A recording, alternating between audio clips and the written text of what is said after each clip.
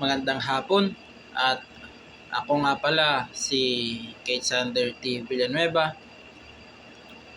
taga San Mariano, Santa Maria, Pangasinan. At ako nga pala ay nag-aaral sa paaralan ng Pan Pacific University bilang BSIT. At ako nga rin ay 21 years old, first year college. At ang dahilan ng video na ito ay para sa compassion sa aming huling task. Sa video ng ito ay tatalakayin natin kung ano ba yung ibig sabihin ng compassion para sa akin at kung ano ba yung pwedeng gawin para makatulong sa mga tao na may mabibigat na mga problema. Ano nga ba yung ibig sabihin ng compassion? Para sa akin, yung compassion, ito po yung pagbibigay ng unawa sa mga tao na may mga problema, sa mga tao na may pinagdadaanan, sa mga tao na hindi nila alam yung kanilang mga gagawin, sa mga tao na nasasaktan, sa mga tao na kailangan ng tulong. Ayun na nga.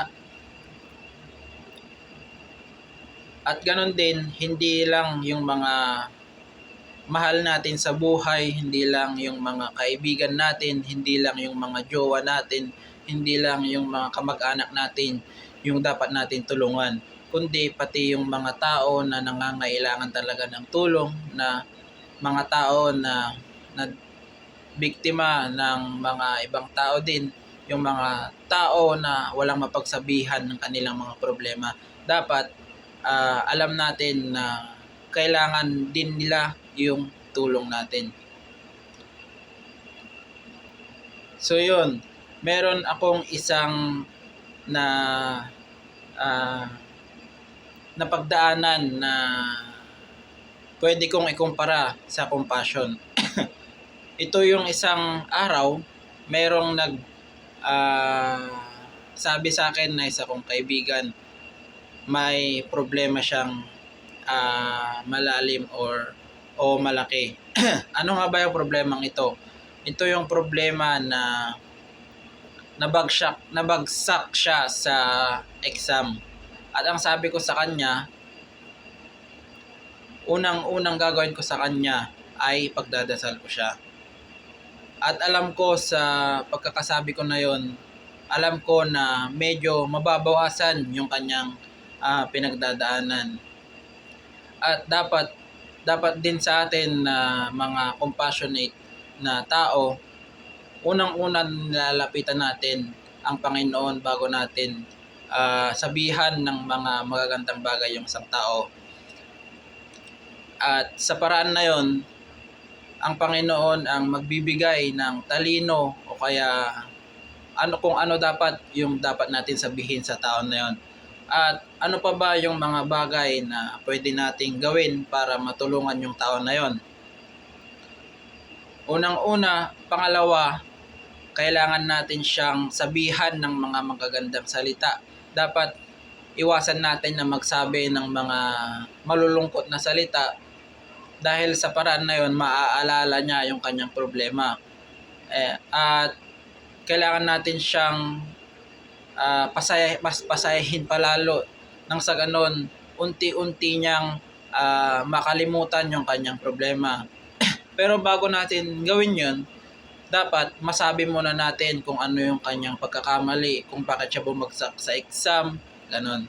Dapat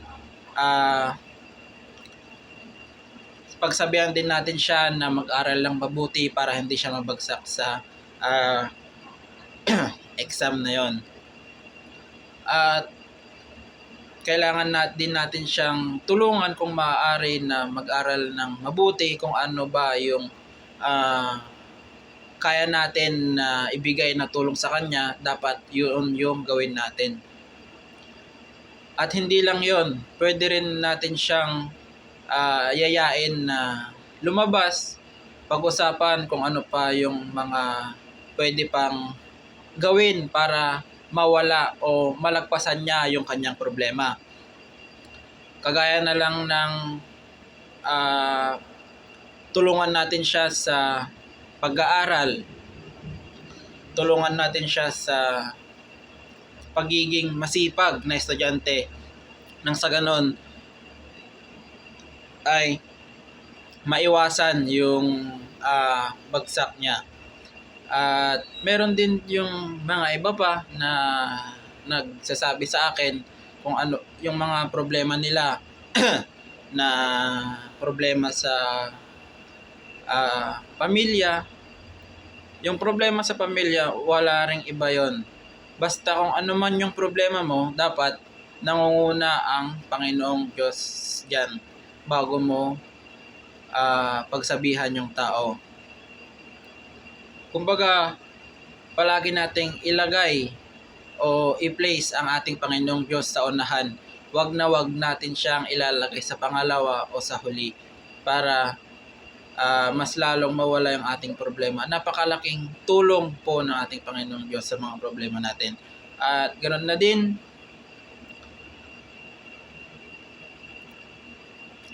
paano ba natin maiko-connect yung compassion sa relihiyon at spiritual, 'di ba? Kagaya ng sabi ko kanina, bago tayo bago natin pagsabihan o bago natin tulungan yung tao, unang-una na humingi tayo ng tulong sa Diyos. Bakit kailangan natin humingi ng tulong sa Diyos? Dahil ang Diyos, yun ang pinakamabisang mas makakatulong sa atin. At yun na nga, nasabi din sa module na yung pagsasama-sama or pag-uusap-usap, napakagandang mangyari sana yung ganun na bagay, yung pag-uusap-usap. Hindi lang sa buong school, kundi sa isang klase sana. Dahil sa isang klase, isang block or isang section, hindi natin maiiwasan yung mga hindi nagkakaintindihan sa mga grupo-grupo, sa isang section, sa isang klase, hindi natin maiwasan yung mga group ng mga estudyante. At sa mga grupo-grupo na yan, meron yung mga hindi nagkakaintindihan na grupo. Parang may sama sila ng loob sa isang grupo at yung isang grupo ay may sama din sila ng loob dun sa isang grupo.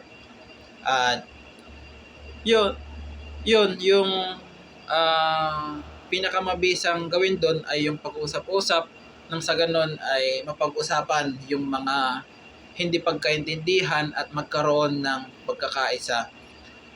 At sa paraan na yon ay napakalaking tulong noon, nang sa ganon ay mas lalo pang mapalakas yung pagsasama ng bawat isa.